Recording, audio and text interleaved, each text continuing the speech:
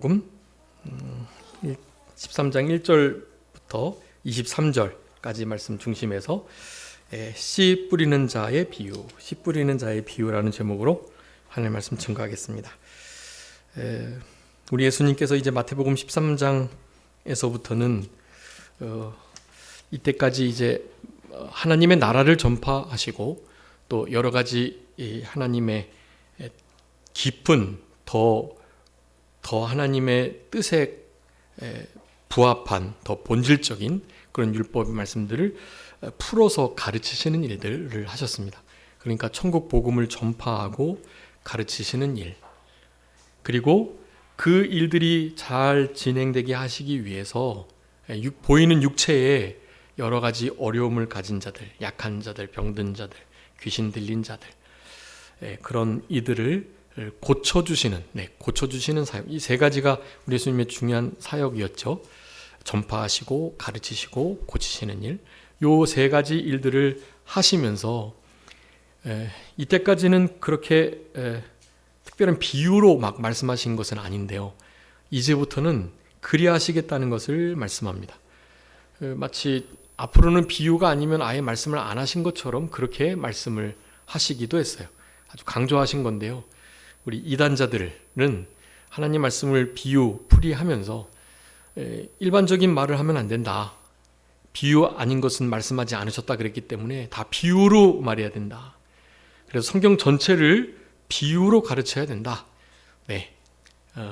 이만희 교주가 그 일을 하고 있고, 근데 실제로 그 이만희 씨가 구속된 거 맞나요? 구속이 됐죠. 선거법 때문에 그런 건가요? 뭐 때문에 그랬죠? 선거법이죠. 아무튼 실제로 그렇게 이제 구속이 됐는데, 통일교가 더 선거법에 저촉이 됐지만 통일교는 더 이상 조사하지 않았습니다. 현재 실세들과 밀접하게 연관이 돼 있기 때문에 그쳤어요. 그거를 야당에게 연계된 줄 알았는데 알고 보니까 여당에게 훨씬 더 많은 그런 커넥션이 발견되는 바람에 덮었습니다. 그거를. 그런 일들은 법 앞에 있어서는 안 되는 일이죠. 너무나 불공정하고 너무나 치우쳐 있는, 현재 우리 국가적 시스템이 다 무너져가는 방증이고요.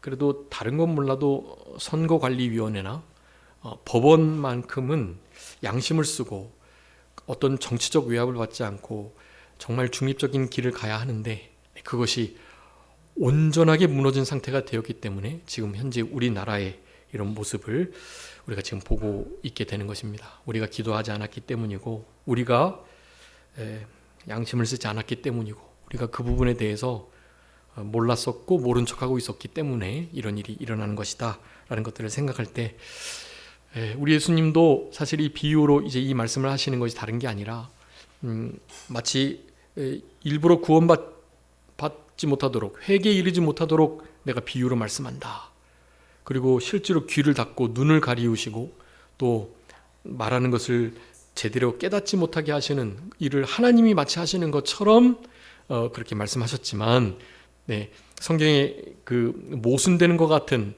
상반되는 것 같은 말씀이 많다 그랬죠. 우리 이를테면 애굽에서 나올 때 바로의 마음에 관한 부분이요, 바로가 스스로 마음을 강팍해 해서 자기가 자기 스스로 판단했을 때 이 많은 민족들이 종들인데 나가면 너무나 큰 손해니까 마음이 강팍해질 수밖에 없죠. 그런데 성경은 하나님께서 바로의 마음을 강팍하게 하여 이런 표현을 쓰신다는 거, 하나님의 절대 주권을 나타내시는 것인과 동시에 하나님이 당연히 바로의 마음을 강팍해 하는 그 책임자, 그 죄의 조성자가 아니신 것을 우리는 이해해야 한다는 말씀을 드렸습니다. 오늘 본문도 그래요. 이사야 말씀을 통해서 눈과 귀와 입을, 그래도 깨닫는 마음을 하나님께서 다 덮으신 것처럼 보이지만 실제적으로는 하나님의 절대 주권 가운데 그 일이 일어난 것은 맞지만 원래 그 현재 그 상황 속에서는 이스라엘 백성들이 스스로 마음이 강팍해져 가지고 하나님의 말씀을 더 이상 듣지 않았던 거예요. 예수님의 그 말씀이 하나님의 말씀인데 하나님의 말씀, 아브라함의 말씀, 모세의 말씀도 제대로 순종하지 않는 그들이었기 때문에 당연히 예수 그리스도의 메시아로서의 주님의 말씀 또한 들을 수가 없었던 겁니다. 다른 것이 아닙니다. 그들의 마음의 완악함, 강팍함 때문이에요. 다르게 핑계할 수가 없어요. 예수님이 저들의 귀를 가리우셨다 비유로 그런 거 아니에요. 저들의 자유의지를 사용해서 자기들의 강팍함을 통해서 우리 지난 시간에 배웠죠. 사함을 받지 못하는 죄, 불신자의 죄, 하여간 끝까지 성령님의 감동하심과 교통하시는 내 마음을 위로하시고 계속해서 복음이 진짜라는 것을 예수 그리스도의 십자가 죽으심과 부활을 계속 전하는데도 그거를 거부하는 것, 내가 믿기 싫어서 듣기 싫어서 그것을 들으면 좋긴 하겠는데 손해가 될까 봐 자기의 유익을 따라서 복음을 거부했다는 것을 우리는 배웠습니다. 끝까지 거부하게 된다? 그것이 바로 성령 회방죄이고 불신자의 죄, 결국에는 지옥 가는 죄라는 것을 지난 시간에 그렇게 말씀드렸던 것입니다. 그런 상황이 이어지자 예수님께서 본격적으로 이제 비유를 통해서 말씀하는 거예요. 여러분 아시는 것처럼 비유는 어떤 어려운 진리를, 어떤 어려운 명제를 이렇게 풀어나가고 해석해 나갈 때 그것이 어떻게 되도록이요? 더 잘 이해되도록 주로 비유를 쓰는 겁니다. 네. 비유를 아주 어렵게 들어가지고 더 못 알아듣게 하는 건 사실 비유의 목적이 아니에요. 네. 그런데 저쪽 편, 그러니까 불신자들의 편에서 보면 딱 그런 거예요. 예수님께서 잘 풀어서 설명해 주시면서 거기다가 비유까지 들어서 너무나 복음을 확실하게 전해주고 계시는 거예요. 그런데 믿지 않는 불신자들, 예수님의 말꼬리를 잡아가지고 어떻게든지 죽이려고 마음을 먹은 자들은요, 그 비유의 말씀이 예수님의 진리를 더욱더 난해하게 듣게 했던 것입니다. 네, 그거예요, 딱. 믿는 그들에게는, 우리들에게는 비유의 말씀이 하나님의 말씀과 진리의 말씀이 예수님에 의해서 더 확실하게 보이는 그런 기회가 되는 거고요. 불신자들에게는 마치 그냥 가름막이 턱 씌워진 것처럼 네, 그렇게 되는 상황을 나타내 주시려고 이 비유를 하신 것입니다. 네, 비유의 목적은 분명해요. 구원받는 자들이 더욱더 구원을 확신하고 구원을 훨씬 더 잘 이해할 수 있도록 네, 그렇게 하는 걸. 네. 네, 죄송합니다. 제가 누가 웃긴 표정을 져가지고 네.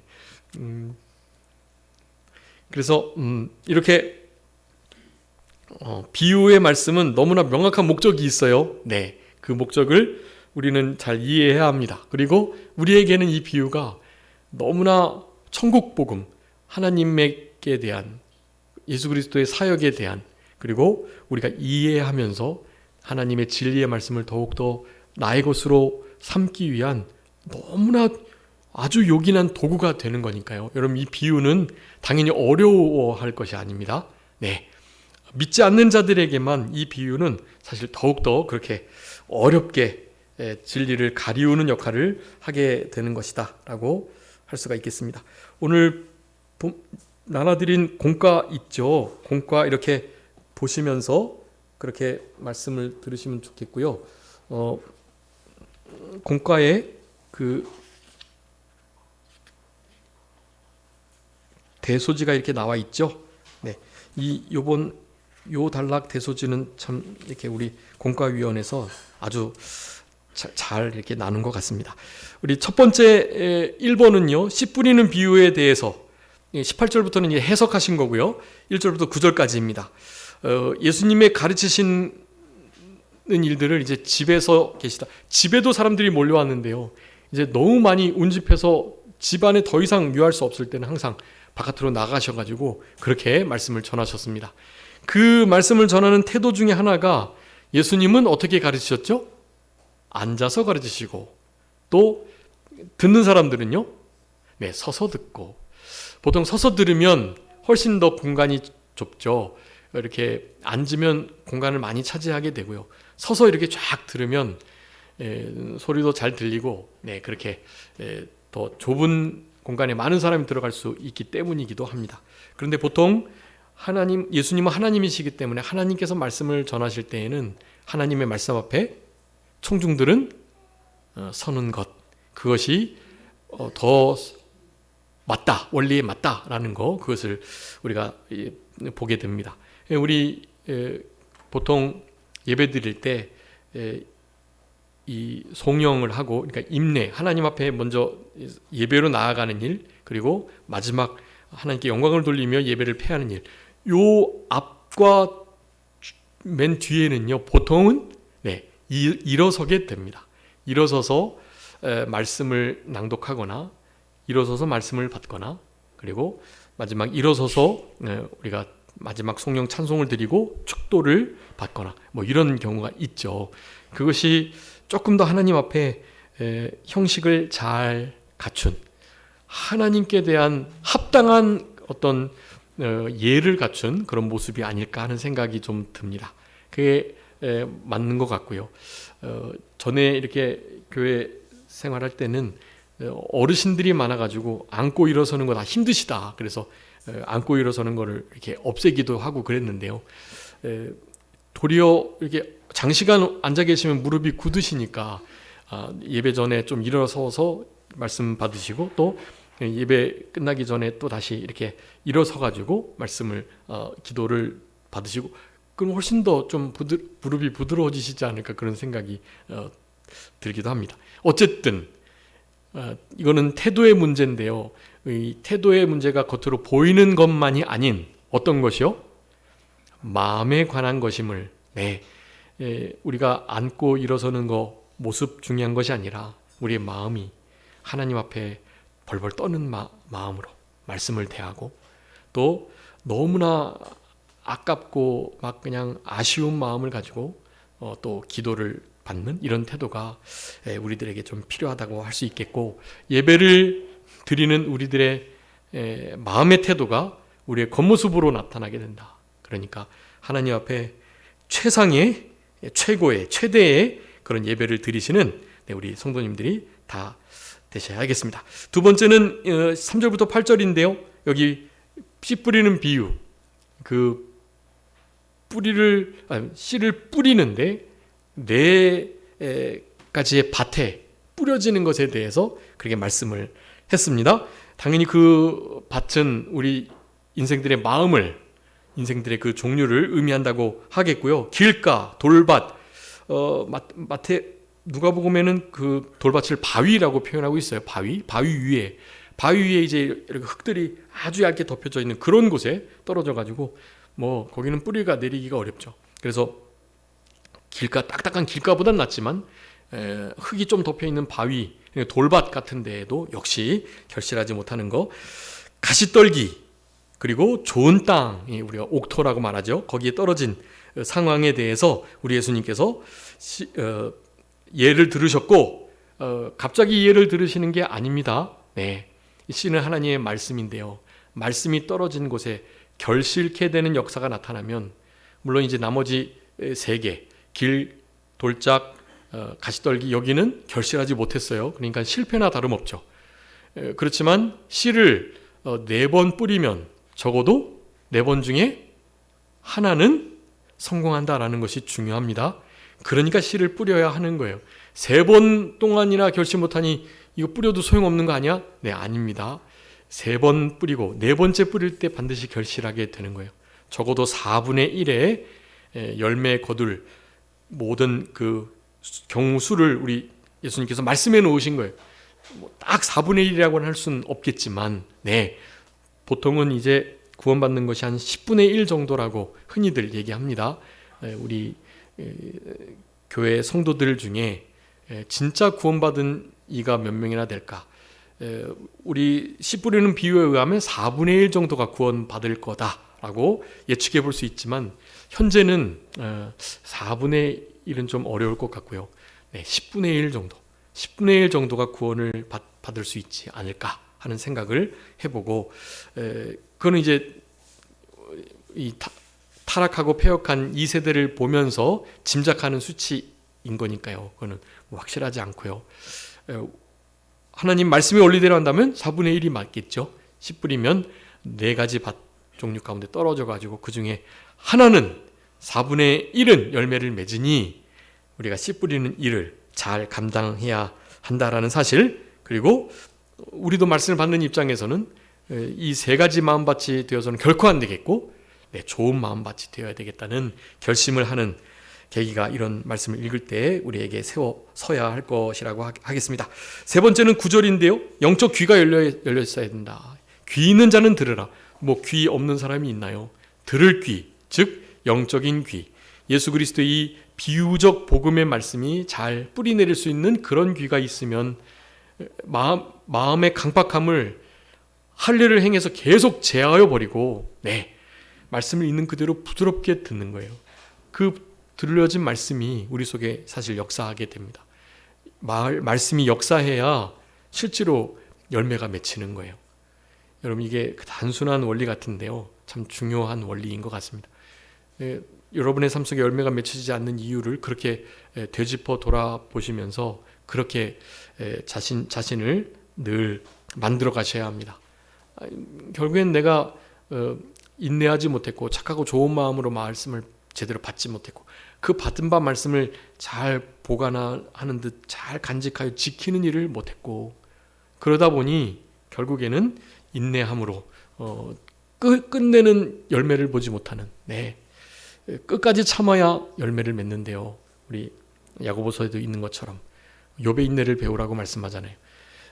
농부에 빗대어서 농부와 같은 그 열매 맺을 때까지 결실기를 기다리는 그런 기다림이 반드시 필요한데 그렇게 못해가지고 밭을 갈아엎고 이게 종자가 어떻게 된 게 아닌가, 종자를 막 깎아가지고 이런 종자 모양으로 한번 심어볼까, 이런 생각을 하고 있는 그런 우리들의 형국이 아닐 수가 없는데, 결코 인내 없이는 열매를 거둘 수가 없다는 거, 여러분 그것을 우리가 이런 비유의 말씀을 통해서 분명히 알아야 됩니다.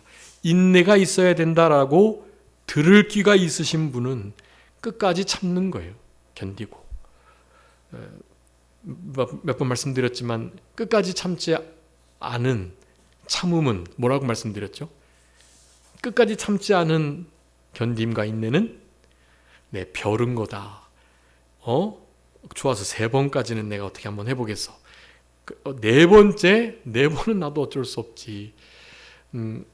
베드로가 그러니까 이스라엘 백성들에게 3번도 아주 정말 많이 참는 그런 그 용서의 관용의 수예요. 3번 참는 거 절대로 어렵습니다. 1번 참는 것도 어렵고요.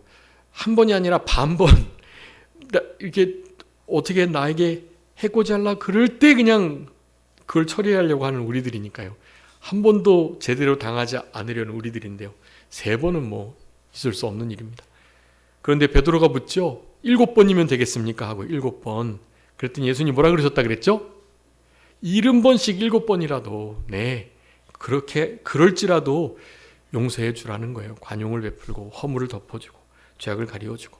70번씩 7번 아닌 것은 벼른 거다라는 건 벼른 거. 그래 내가 7번까지는 참는다. 그런데 8번째는 그때는 더 이상 나도 도저히 참을 수 없지. 인내심의 한계 끝이라는 게 있는데 하는 말을 하면서 그동안 참아왔던 모든 분노를 폭발시키는 거죠. 결국 그런 일은 없어야 되겠습니다. 여기 옥토 좋은 땅에 떨어졌다는 것은요, 인내로 결실하는 자인 것을 명확하게 하고 있습니다. 물론 이제 우리 마태복음에는 없는데 누가복음에 이제 그 말씀인데 그건 좀 이따가 살펴보고요. 자 그래서 그런 귀가 있어야 됩니다. 여러분 들을 귀가 있어야 됩니다. 그러면서 크게 17절까지 비유의 목적에 대해서 말씀해 줍니다. 하나님께서 이 계시를 명확하게 해주시기 위함인데요. 그 계시 중에 하나는 불신 영혼들은 당연히 듣고 깨닫고 회개해서 구원받으면 안 되죠.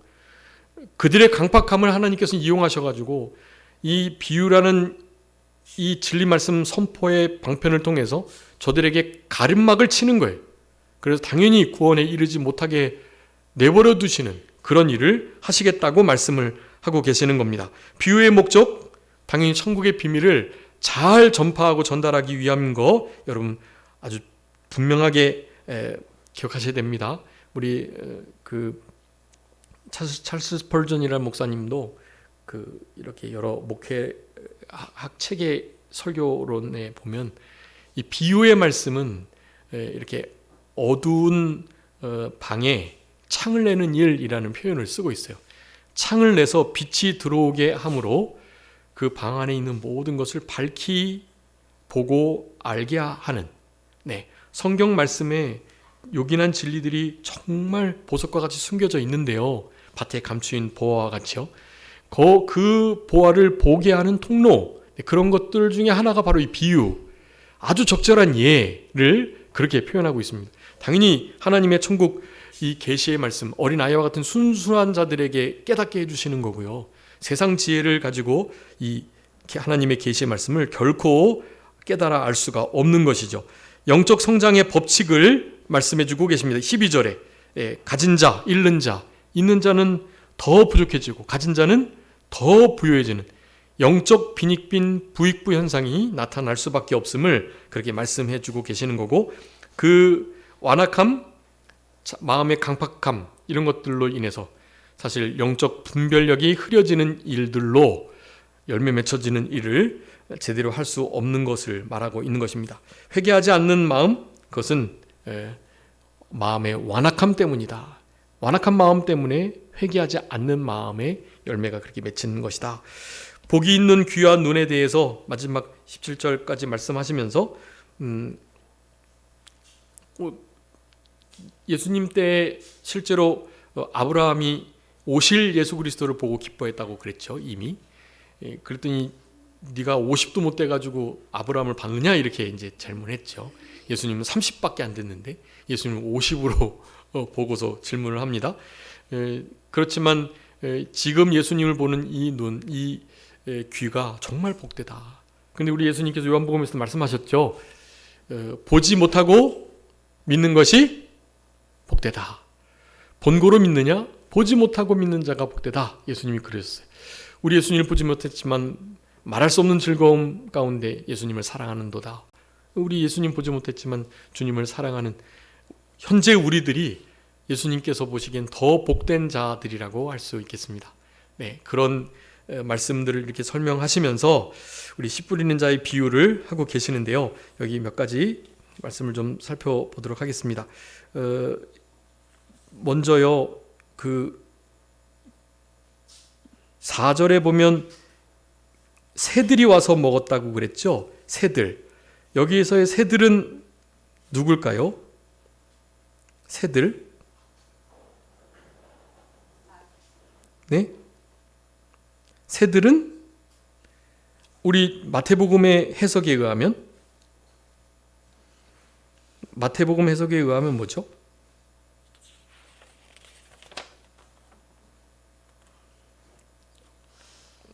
여기 10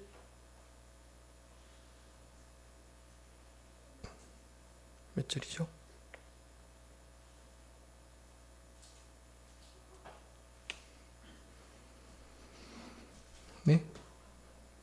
악한 자가 이 새들이라고 그렇게 하는 것입니다. 여기 19절에 나오죠. 천국 말씀은 갑자기 왜 나오죠? 여기서 씨 뿌리는 자라고 말을 했는데 씨가 바로 하나님의 말씀입니다. 그러니까 마가복음 4장 14절에 뿌리는 자는 말씀을 뿌리는 것이다 그렇게 해석해주고 계세요. 그러니까 사복음서 중에 특별히 요 씨 뿌리는 자 비유를 마태, 마가, 누가가 하고 있는데 그 세 본문을 잘 비교해서 보실 때 조금 더 우리에게 명확한 진리를 그렇게 해석해 주실 수 있게 됩니다. 여기 마가복음 4장 14절에 의하면 뿌리는 자가 말씀을 뿌린다고 했기 때문에 여기 씨 뿌리는 자의 이 씨는 당연히 말씀을 가리키는 거다라고 하겠습니다. 당연히 이 씨를 아까 말씀드린 대로 결실을 열매 맺고 안 맺는 그 원인이 무슨 씨에 있는 것이 아닙니다. 그 씨를 막 깎고 변형하고 하면 어디서도 열매가 맺힐 수가 없고요. 그것을 우리가 하나님께서 원하시는 곳에 잘 던져 뿌리는 일, 씨 뿌리는 일을 열심히 하게 되면 그 가운데 반드시 4분의 1은 열매를 맺게 되기 때문에 우리에게 일꾼이 부족하니 일꾼을 보내주셔서 하면서 씨 뿌리는 일을 잘하고 또한 그것을 거두는 일을 잘 해야 하는 시대를 지금 만났다고 할 수가 있겠습니다. 그렇게 새들이 악한 자, 마가복음에서는요 말씀하신 대로 사탄이라고 분명하게 말씀하고 계세요. 사탄. 그리고 누가복음에는 마귀라고 돼 있어요. 그러니까 마귀, 사탄, 악한 자, 새들입니다. 여러분, 이 새들이 이렇게 우리 마음을 늘 이렇게 왔다 갔다 합니다. 여러분, 지금도요 우리 마음 밭에 길가와 같이 딱딱해진, 기경하지 않고 잘 이렇게 마음의 할례를 받아서 부드럽게 우리 마음을 하지 않은 곳에 만약에 말씀이 내려지면 그거는 열매 맺지 못해요. 그것을 누가 가져간다고요? 마귀가 가져가는 거예요. 악한 사탄이 우리의 말씀을 그네들이 빼앗아가지 않도록 말씀을 한 말씀도 거저 놓치지 않고 사탄 마귀가 거둬가는 일이 없도록 여러분 말씀을 소중히 여기셔야 해요. 그것이 열매 맺는 아주 중요한 비결입니다. 말씀을 소중히 해야지 뭐 사탄 마귀 이 악한 자가 가져가든 말든 그냥 내버려두면 안 되는 거예요. 그 말씀을 소중히 여기는 마음으로 말씀을 잘 받아야죠. 옥토 이 좋은 땅에 떨어졌다는 거 할 때 가장 반복되는 말씀이 있어요. 그 말씀을 받고 그 말씀을 잘 이렇게 아주 폭신한 곳에 씨가 부딪혔다가 튕겨 나가지 않도록 폭신하게 잘 이렇게 버퍼 역할을 하면서 그 씨를 제대로 싹 안착하여 받도록 한다. 그런 의미예요. 그게 그냥 툭툭 받으면 안 돼요. 그러면 말씀이 튕겨 나가는 거죠. 좋은 땅에 떨어질 뻔했는데 튕겨 나가가지고 길가에 놓이게 되는 거예요. 그러면 그건 여지없이 사탄 마귀가 가져가는 겁니다. 바로 가져가요. 그것이 얼마나 위대한 능력이 있는 말씀의 씨인지를 알기 때문에 가져가게 된다고요. 결코 빼앗기는 일이 없어야 합니다. 네. 그래서 우리 성경의 태도들을 논할 때 몇 가지 이렇게 명확하게 해야 할 우리 관점이 있는데요. 여러분, 우리 계시록 1장에서도 말하지만 우리 2장에서 에베소 교회가 처음 사랑을 어떻게 했다고 말씀하고 있죠? 처음 사랑을 우리가 흔히 알기로는 잃어버린 것처럼 알고 계시지만 잃어버린 게 아니에요. 처음 사랑을 어떻게 했다고요?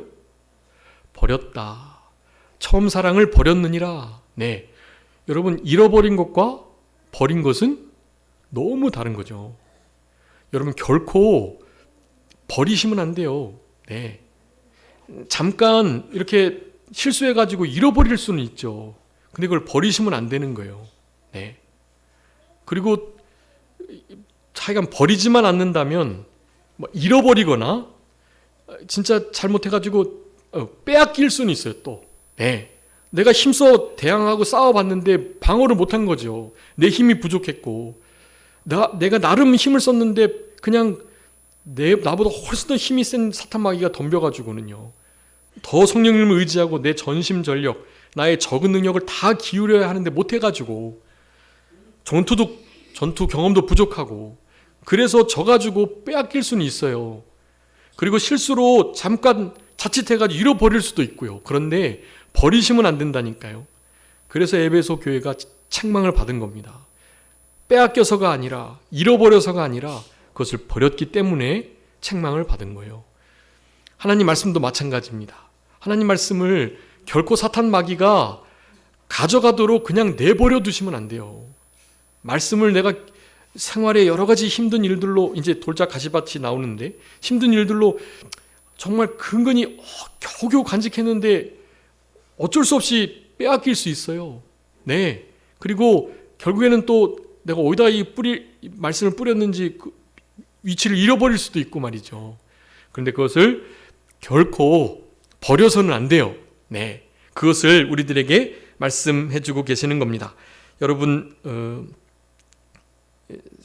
새들이 먹지 않도록 이 귀한 생명의 능력의 말씀을 결코 사탄에게 빼앗기지 않도록 그리하셔야 되겠습니다. 또 돌짝밭은 어떤 밭이라고 설명해 주고 계시죠?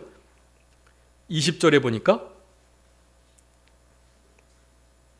20절에 말씀을 들었다. 네, 말씀을 잘 듣긴 했는데요. 들어가지고 그 즉시로는 기뻤던 거예요. 그 말씀이 해석되고 새로운 말씀이고 막 그러니까요. 기쁠 수 있습니다. 그런데 어떻게 됐다고요? 뿌리가 없어서 어느 정도까지는 뿌리가 없어도 좀 자라는 듯 보이지만 네, 여기 내가 기쁨으로 받았던 그 말씀으로 인해서 환난이나 박해 또 큰 시련이 올 때 누가복음 8장에는 시련이라고 돼 있어요. 환난, 박해, 시련이 오게 되면 넘어진다는 것은 배반한다. 누가복음에 배반한다고 돼 있습니다. 시련의 때를 만나면 배반하게 돼요. 돌짝밭은 그런 느낌이 뿌리가 온전히 제대로 내려져 있지 못하기 때문에 그래요. 그럴지라도 잠깐은 기쁨으로 말씀을 받을 수 있다는 것을 그렇게 설명해 주고 계십니다. 세 번째로는 22절에 가시떨기 해석해 주고 계십니다. 세상의 염려, 재물의 유혹, 세상의 염려와 재물의 유혹, 이게 두 가지로 말씀하는데요. 마가복음 4장 19절에는 기타 욕심까지 나와 있어요. 기타 욕심. 거기다 좀 써주세요. 세상 염려, 재물의 유혹, 기타 욕심. 이런 것들로 인해서 사실 어느 정도 뿌리를 내리긴 내렸는데요. 네. 결국에는 열매를 못 맺은 거예요. 열매를. 네. 열매를 맺은 것이 천국에 이르는 것이라고 한다면 이 사람은 그거 못 받은 거죠. 뿌리를 박아가지고 생명의 그 씨앗이 싹이 터가지고 줄기가 돼가지고 마지막에 견실한 곡식을 못 맺었을 뿐 자라나는 것에 대하여까지만 했다면 네, 이 사람은 그래도 자라난 택이에요. 그런데 열매를 맺지 못했고 우리가 지난 시간에도 살펴본 것처럼 그 열매를 보고 나무를 안다고 천국 가는 자 그렇지 않은 자는 반드시 그 열매를 통해서 구별할 수 있게 됩니다. 우리 사공 집사님 입관할 때 얼굴을 뵀는데 너무 이렇게 온화한 표정이에요. 이게 그 식어지기 전에 뭐 얼굴을 인상을 막 피고 뭐 어떻게 하면 된다고들 하지만 그렇지 않아요. 아무리 바로 잡아도요. 그 마지막 죽기 전에 그 근육 그대로 돌아간다 하더라고요. 네. 그래서 믿지 않는 자들은 정말 험악하게 죽고요. 표정이. 그 표정을 저도 2번 정도 봤는데 믿지 않고 돌아가신 분. 그 표정은 이렇게 뭐 사람이 지을 수 있는 표정이 아닌 거예요. 그거는 그 우리 장례 지도사가 아무리 염을 하면서 그것을 얼굴 근육을 피려고 해도 못 피는 겁니다. 그거는 너무나 온화하게 그냥 활짝 이렇게 아브라함 품에 안기는 천사들이 자기를 호위하는 그것을 본 자들의 표정과 사탄 마귀 악한 자들이 자기들과 함께 지옥으로 끌고 가려고 하는 그 찰나에 숨을 거두기 전에 우리 인간의 얼굴 표정은요 여실하게 드러나게 돼 있어요. 네, 고칠 수 없다. 우리 사공 집사님 너무나 평온한 모습으로 그렇게 계시더라고요. 그래서 우리 유족들도 많은 위로를 받았고 인사하지 못하고 간 게 너무 아쉽고 우리 유 집사님께서도 어떻게 무심하게 그냥 한마디 말도 없이 그렇게 갔노라고 나도 곧 따라갈 거니까 기다리라고 막 우리 유 집사님 그러셨는데요. 이렇게 하나님 품 안에 안겨서 그 죽음의 고통 속에서도 진짜 환하게 웃을 수 있는 그런 인생, 웰다잉 아닌가요? 그게 그런 삶은 웰빙한 삶에서 나오는 겁니다. 웰빙. 네. 웰빙이 뭡니까? being. I am who I am. 나는 나이다. 난 존재이다. being이다. 그런 뜻이에요. 그러니까 사실은 여호와와 함께 주님과 동행하는 삶을 살아가는 것이 웰빙이에요. 웰빙. 정말 존재의 그 제일 원인이신 그분과 함께 살아가는 거, 그게 가장 가치 있는 인생이죠. 그런 자들은 웰다잉 할 수밖에 없다라는 거 우리가 생각해 보게 되는 것입니다. 여러분, 말씀으로 인해서 환난 박해가 일어날 때 세상의 염려와 재물의 유혹이, 기타 욕심들이 물밀듯 찾아올 때, 누가복음에서는 이생 염려라고 표현하고 있고요, 세상 염려하고 이생의 염려라고 말하고, 그 다음에 재물에다가 향락까지 더 붙였습니다. 향락. 거기다 향락도 써주세요. 재물의 옆에 향락. 향락을 즐기지 못하면 못 사는 것처럼 생각하는 사람들이 많아요. 쾌락에 물들어 있는 사람들이죠. 그 사람들은 마약이 없으면 살 수 없죠. 네. 우리는 마약에, 술에, 담배에, 또 여러 가지 기타 주색 잡기에 취하여 있을 것이 아니고, 우리는 어디에 취해야 할 자들입니까? 네, 성령에 취해야 할 자들이죠. 성령님께 날마다 충만한 성령의 취하심, 거기 가운데 우리가 머물 때, 여러분, 우리가 빠지기 쉬운 여러 가지 이 취함에 대한 유혹들을 잘 이겨낼 수가 있는 겁니다. 네, 마약이 없으면, 여러분, 마약은 한 번만 해도 중독되는 거 아시죠? 그래서 심각한 겁니다. 젤리 마약 같은 거 바카스에다가 마약을 넣어가지고 우리 한국 사람들을 타겟으로 지금 어마어마한 시도들이 벌어지고 있거든요. 정말 조심해야 하고요. 그 마약은 한 번 하면 인생이 망가지는 겁니다. 뭐 중독이 되기 전까지만 끊으면 되지, 그거 아니에요. 마약은 극도의 쾌락과 향락이 주어지기 때문에 그 도파민을 맛본 다음에는 그것 이상 가는 도파민을 경험할 수 없기 때문에 그냥 한 번에 중독이 되는 겁니다. 결코 그런 일이 없도록, 그러려면 우리는 성령 충만한 삶을 살아가야 한다는 것을 여러분 기억해 주시면서, 말씀이 막혀서 결국 결실하지 못하게 되는 일이 없도록 하셔야 되겠습니다. 마지막 23절에 보니까 뭐라고요?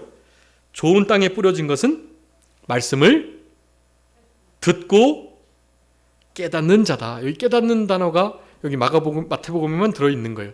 말씀을 듣고, 마가복음에서는 바다, 마가복음 4장 24절에는 바다가 들어있어요. 그러니까 거기다 다 써주셔야 돼요.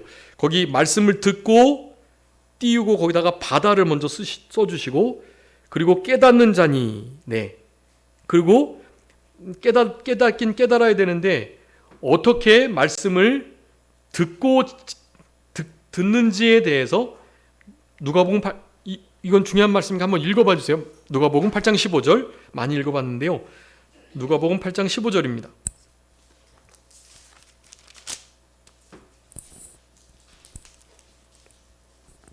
좋은 땅에 있다는 것은 착하고 좋은 마음으로 말씀을 듣고 지키어 인내로 결실하는 자니라. 아멘.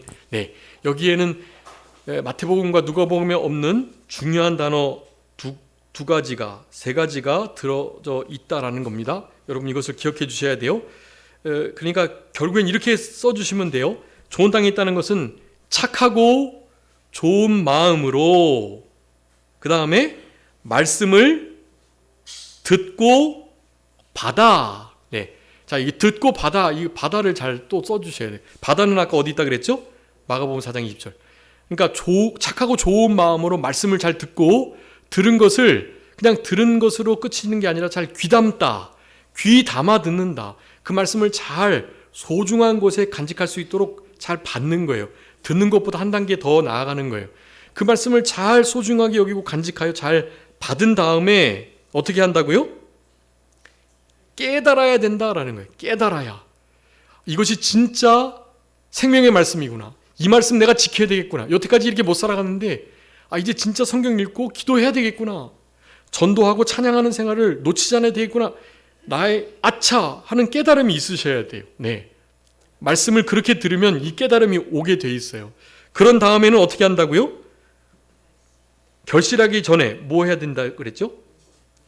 누가복음 8장 15절에 8장 15절에 네? 네, 지키어 인내로 두 가지. 그러니까 여기 착하고 좋은 마음, 지키어 인내. 이 세 가지가 누가복음엔 더 들어가 있어요. 여러분, 이 지킨다는 것이 아까 말씀을 듣고 받는다 그랬죠. 그 받은 바 말씀을 사탄 마귀에게 뭐 환경의 여러 가지 어려움에 막 환난과 이생의 염려와 유혹에 이것이 빼앗기지 않도록 해야 된다는 거. 이걸 잘 소중하게 간직하다. 받는 것보다 더 나아간 거예요. 이게 잘 들은 것을 잘 받은 다음에 그것을 누구에게 빼앗기지 않도록 잘 보관, 지켜내야 된다라는 겁니다. 지킨 것만이 전수돼요. 여러분이 잘 간직하고 지킨 것을 다른 사람 후대에게 전해줄 수 있어요. 그 말씀을 소중히 생명과 같이 여기고 끝까지 지켜내야 합니다. 절대로 빼앗기지 않도록. 그런 다음에 열매를 바로 맺히는 게 아니라, 자, 몇 단계 했었죠? 착하고 좋은 마음, 말씀을 받고, 말씀을 듣고, 말씀을 받아. 네. 그 다음에 어떻게 했죠? 그것을 지켜서, 네. 이 5가지 한다고 열매가 맺히는 게 아니라 어떻게 해서 열매가 맺혀진다고요? 아니, 깨닫는 거지, 들어가지. 깨닫는 거. 아까 착하고 좋은 마음으로 말씀을 듣고 잘 받아서 그것을 깨닫게 됩니다. 그 깨달은 바 말씀을 더 이상 다른 사람에게 빼앗기지 않도록 그걸 잘 간직하고 지켜내야 돼요. 네, 그 깨달은 말씀을. 그렇게 깨닫고 그래서 지켜낸 그 말씀을 어떻게 해요? 인내함으로. 네, 여기서 인내가 가장 중요한. 그래서 이게 7단계입니다. 우리 열매 착한 좋은 땅에 뿌려진 씨앗이 열매 맺는 7가지 단계예요. 착하다, 좋다라는 것도 구별했을 때요. 착하고 좋은 마음으로 말씀을 듣고 그것을 잘 받아 그것을 깨달아 가지고 그 깨달은 바 말씀을 생명과 같이 잘 지켜내면서 인내로 참아낼 때, 네, 그럴 때 뭐 한다? 결실하게 된다. 여러분, 이게 결실하는 7가지 중요한 단계예요. 여러분, 이 일을 잘하기 위해서 이제 하나님께서 귀를 열어주시고 마음을 열어주시고 눈을 열어주시고 열어주시는 하나님, 달리다굼, 일어나라, 그리고 에바다, 네, 에바다, 달리다굼, 에바다, 이와 같은 우리 주님의 외침이 그냥 외침이 아니에요. 지금도 여러분 달리다굼, 에바다, 이와 같은 단어는요, 우리 과학 시간에 배우셨죠. 질량 보존의 법칙, 에너지 보존 법칙에 의해서 사실은 예수님께서 달리다굼, 에바다 하셨던 그 단어가요, 지금도 그 소리 파장으로 있다고 하더라고요. 네. 누군가가 그 주파수만 맞히기만 하면 2000년 전에 외치셨던 다 이루었다, 이 말씀도 들을 수 있는 거예요. 생각해보면 누군가가 주님의 말씀을 실제와 같이 들었다라고 느껴지는 경우 있잖아요. 그럴 때 아마 2000년 전에 떠돌던 우리 예수님의 진짜 그 소리 파장을 들었던 것이 아닐까, 그런 생각을 조심스럽게 해보게 됩니다. 네, 실제로 그 에너지는 없어지지 않고요, 지금도 유유히 떠다니고 계시다는 거예요. 우리 예수님이 말씀이셨고 그 말씀이 만물을 붙드시는 것처럼 예수님의 그 달리다굼, 에바다, 눈을 떠라, 일어나라 했던 그 말씀들이요, 여러분 실제로 지금도 운행하고 계신다라고 생각할 때 기대하는 마음이 있죠. 주파수를 주님께 잘 맞히기만 한다면 주님의 그 음성을 지금도 너무나 분명하게 들을 수 있겠다라는 생각들을 해보면서요. 그것은 과학 법칙에 근거한 말들이니까 이것을 무슨 신비하게 신비주의적으로 들으시면 안 되고요. 실제로 하나님의 음성을 들을 수 있다. 하나님의 이는 내 사랑하는 자니, 이는 내 아들이요 내 사랑하는 자다. 내가 저를 기뻐한다. 너희는 저의 말을 들어라. 하나님의 이 준엄하신 명령이 지금도 우리 가운데 울릴 수 있다는 것을 여러분 기억할 때, 그런 말씀에 우리가 딱 달라붙게 되면 열매가 맺혀지게 되는 겁니다. 네, 인내하게 되고요. 결국에는 결실하게 된다는 사실 기억해 주시면서 그 부분은 다음 시간에 좀 짧게 하고 말씀 마쳐야 되겠습니다. 그러면 여러분 한 주간 동안에 우리가 가지고 있는 성경 말씀의 원리들을 따라서 하나님이 기뻐하시는 마음밭으로 그렇게 잘 살아내시기를 간절히 바랍니다. 기도하겠습니다. 살아계신 우리 아버지 하나님, 은혜와 사랑을 감사합니다. 우리들에게 이제 비유의 말씀을 통해서 마태복음 13장부터는 이 천국의 비유, 천국 말씀에 씨 뿌리는 자로서의 비유와 같은 말씀들로 우리에게 더욱더 분명한 진리를 전해주시려고 이렇게 비유의 말씀을 하신다고 하셨는데, 이런 말씀들이 우리의 신비에 잘 새겨지며 하나님의 말씀 한 말씀 한 말씀을 그냥 듣지 않게 하시고 착하고 좋은 마음으로 그 말씀을 듣고 받아 지키어 인내함으로 깨달아 인내함으로 결실하는 그런 우리들이 되게 하여 주셔서 주님 앞에 심판대 앞에 섰을 때 잘했다 칭찬받고 우리의 모든 열매로 살아계신 하나님께 어릇한 영광을 돌려드릴 수 있는 우리들의 삶이 될 수 있도록 아버지 하나님 은혜 허락하여 주옵소서. 우리 산정교회를 사랑하여 주시고 하나님께서 불쌍히 여겨주시고 도와주셔서 질적으로 성숙해지고 양적으로 성장할 수 있는 그런 은혜가 있을 수 있도록 아버지 하나님께서 좀 붙들어 주시기를 간절히 바라옵고, 돌아가는 발걸음 주님 함께해 주시며 거룩하고 복된 주의 날 남은 모든 시간도 우리 주님과 오롯하게 동행하며 그 시간을 보낼 수 있도록 하나님 도와주시고 역사하여 주옵소서.